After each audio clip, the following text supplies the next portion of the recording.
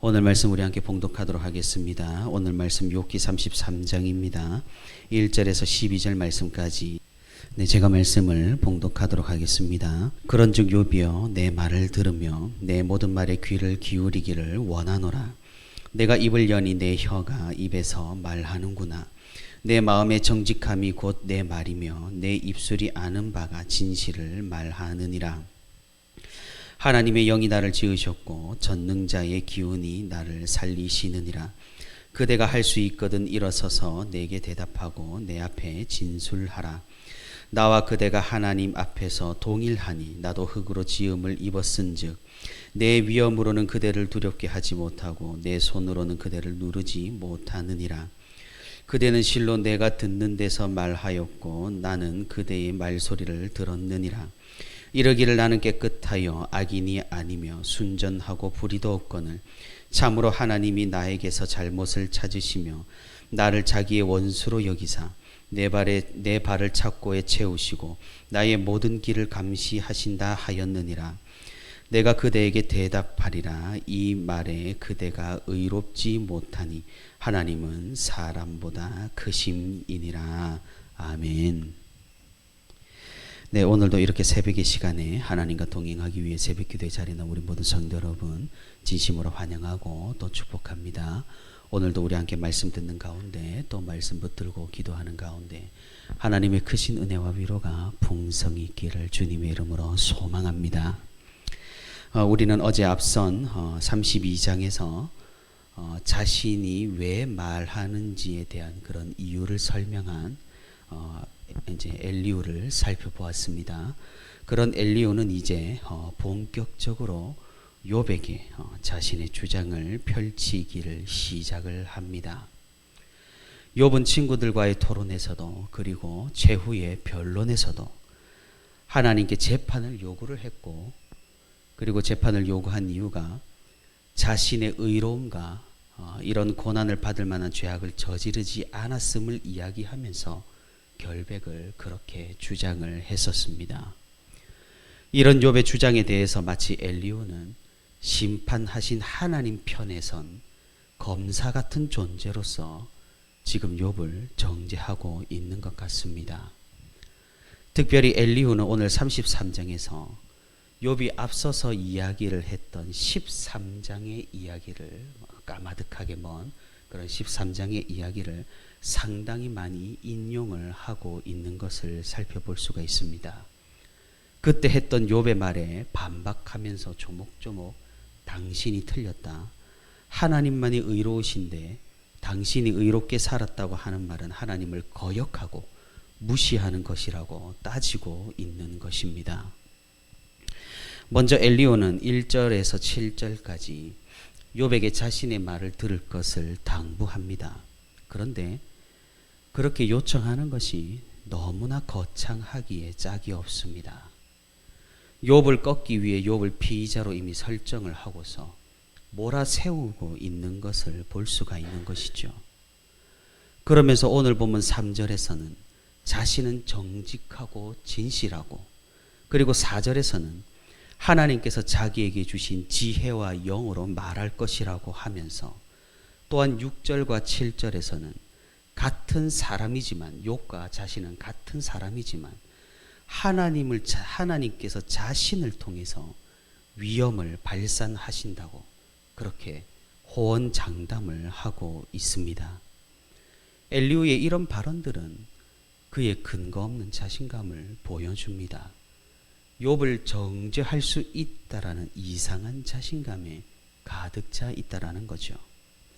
그리고 우리가 오늘 이제 33장 맨 뒤로 가셔서 31절부터 33절을 살펴보시면 엘리후는 이제 한수를 더 뜹니다. 욥에게 잠잠하고 내 말을 듣고 내 지혜 가르침을 받으라고 거의 반협박을 일삼습니다. 욥의 세 친구들이 그래도 욥에게 조심스럽게 접근한 것처럼 보이게 만드는 그런 엘리후의 발언들입니다.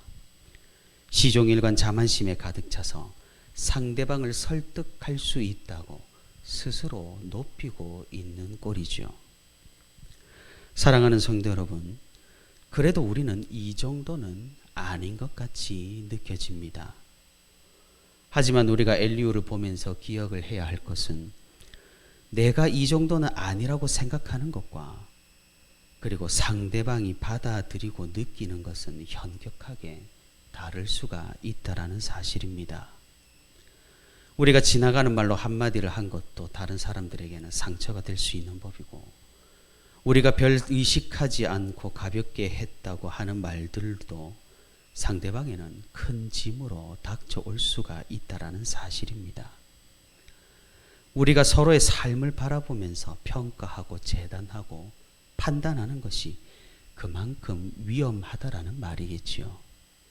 그리고 또한 그것을 보고 어떤 현상을 마음대로 해석을 하고 근거 없이 하나님을 가져다 붙이는 것은 하나님의 이름을 망령되게 일컫는 그런 죄악이 될 수도 있다라는 사실입니다.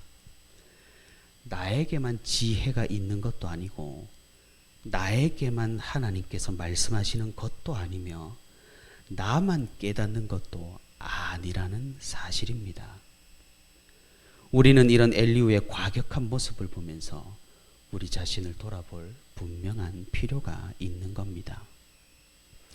사회적으로 말이 통하지 않고 계속해서 좋지 않은 관습을 강요하는 어른을 향해서 꼰대라고 지칭하는 문화가 있습니다. 이제는 어른들도 눈치를 봐야 하는 그런 시대가 도래하게 된 겁니다. 그런데 젊은 꼰대도 있다라는 사실을 아시나요? 약간은 오늘 엘리후와 비슷한 그런 성격을 가진 사람이 아닐까 생각을 해봅니다. 젊지만은 자신이 가진 생각과 자신이 주장하는 논리가 완벽하고 틀림이 없다면서 다른 사람들에게 강요를 하는 그런 류의 젊은 사람들을 지칭을 하는 겁니다.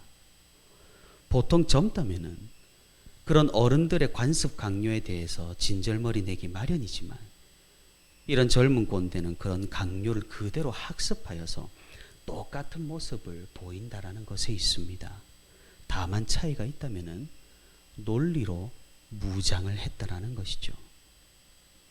하지만 우리가 알다시피 이 세상은 논리가 전부가 아닙니다. 이성적인 판단과 합리적인 사고가 우리 삶의 전부가 아니라는 사실입니다. 감성이 있고 감정도 있고 사람들이 함께 사는 세상은 너무나 복합적입니다. 하지만 젊은 꼰대는 그런 점을 무시합니다. 그래서 배려가 없고 자기 권리만을 끝까지 주장하고 자신이 피해를 입었다라면 끝까지 따져서 사람을 말려 죽이기까지 합니다. 지금 시대에 이런 일들이 실제로 벌어지고 있다라는 그런 충격적인 사실입니다. 사랑하는 성도 여러분, 우리가 여유를 좀 가졌으면 좋겠습니다. 사실 저도 조금은 그런 기질이 있는 것 같습니다. 스스로를 돌아보면 말이죠. 항상 교회에서 자라왔기 때문인지 교회를 욕하거나 교회에 피해를 끼치면 그게 참기가 좀 힘들더라고요. 사람들은 교회를 이용합니다. 그리고 교회 다니는 사람들이라고 하면은 어리숙하게 보기도 하는 겁니다.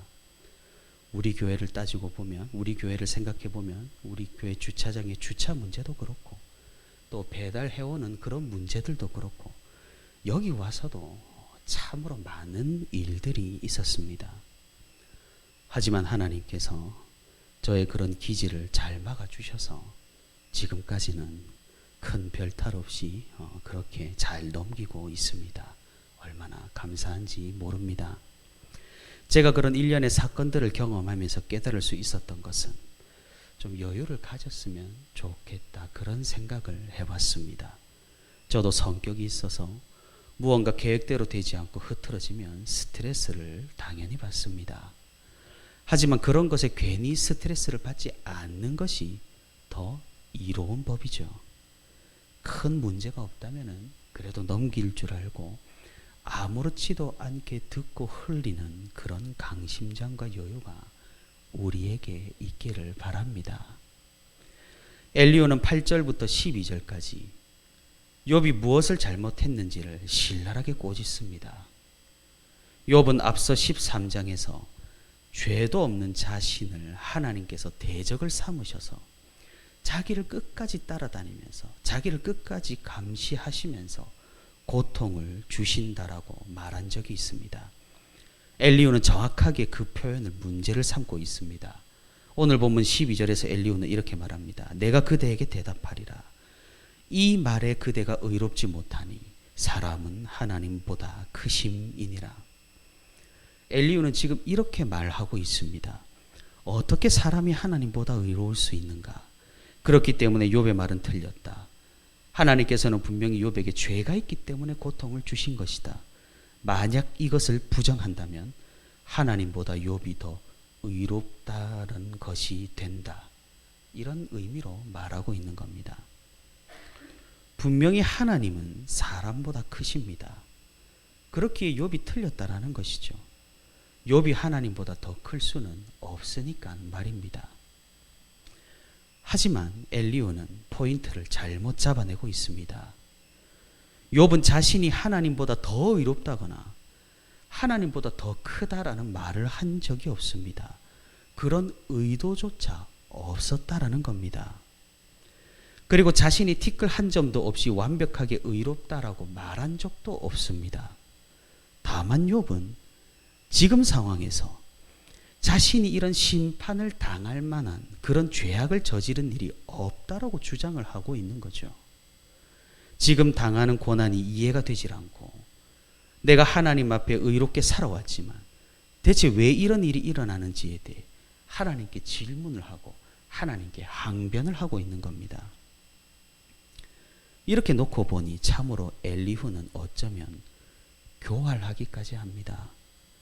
욥이 탄식하면서 고통 가운데에서 하나님께 내어 뱉는 그 통한의 심정을 어떤 의도로 말하는지 엘리후는 어쩌면 알고 있었을 수도 있습니다. 하지만 엘리후는 그렇게 듣고 해석하기를 거부하고 자신의 주장이 옳다는 것을 증명하기 위해 욥의 말들을 그냥 액면 그대로 받아들이고 해석을 해버린 겁니다. 우리가 너무나 고통스러운 상황에 처하게 된다면 사실 하나님을 믿는 입장에서 하나님께 억한 표현이 나아갈 수도 있습니다. 너무나도 슬픈 상황 가운데에서 바르지 못한 신학적인 말들이 입술에서 튀어나올 수도 있다라는 사실입니다. 그런데 그것을 굳이 꼬집어서 지적하고 틀렸다고 자신의 지혜의 말을 들으라고 장황하게 설명까지 한다면 고통을 당한 당사자에게 과연 그 말들이 힘과 위로가 될까 정말로 의문입니다. 이것은 얼마나 엘리후가 욥에 대해서 무관심한지 그의 관심이라고는 그저 욥이 절망하도록 만드는 것이란 사실을 단적으로 보여주고 있습니다. 사랑하는 성도 여러분, 저도 사역을 하면서 사실 얼마나 당황스러운 말들을 많이 듣는지 헤아릴 수가 없습니다. 성경적이지 않은 성도들의 주장과 신학들, 그리고 하나님에 대한 극단적인 오해들, 그리고 교회에 대한 몰이해와 또 세상적인 가치관을 가지고 목회자를 폄하하는 말들, 저도 참으로 많이 듣습니다. 그럴 때마다 제가 기를 쓰고 지적을 하고 바로 잡으려고 또 설명을 한다라면 성도들과 관계가 어떻게 되겠습니까? 우리는 여전히 하나님을 향해 달려가는 존재지 완성된 존재가 아니라는 사실을 기억을 해야 한다라는 거죠. 우리는 계속해서 성화되어서 오늘이 다르고 내일이 다르고 예수 그리스도에게까지 닮아가는 존재지 지금 우리가 예수님이 아니라는 사실입니다. 그렇기 때문에 그런 말을 들어도 기다려줄 줄 알고 인내해 줄 줄 알고 또 그 사람이 얼마나 고통스럽고 얼마나 그 상황이 기가 찼으면은 그런 말씀들을 하실까라고 생각을 하며 넘길 수 있는 것이죠. 그래서 우리가 이 사실을 꼭 기억을 했으면 좋겠습니다. 우리는 지금 완성된 존재가 아니라 천국을 향해 달려가고 하나님을 향해 달려가고 아직까지 완성되지 않는 중간 단계에 있다라는 사실을 우리가 서로 그렇게 인식을 했으면 좋겠습니다. 우리가 그렇게 하여서 조금은 더 넓은 포용과 여유와 아량으로 서로를 위로하고 서로를 감싸줄 줄 알고 서로를 더 이해하는 그런 교회가 될 수 있기를 바랍니다. 오늘도 정죄하기 위해서가 아니라 이해하고 돕기 위해서 상대방에게 관심을 가지고 귀를 기울이고 우리 교회 공동체가 정말로 편안한 곳, 평안한 곳이 될 수 있도록 서로를 이해하고 도와주는 저와 우리 부천시민교회 모든 성도가 되기를 주님의 이름으로 소망합니다.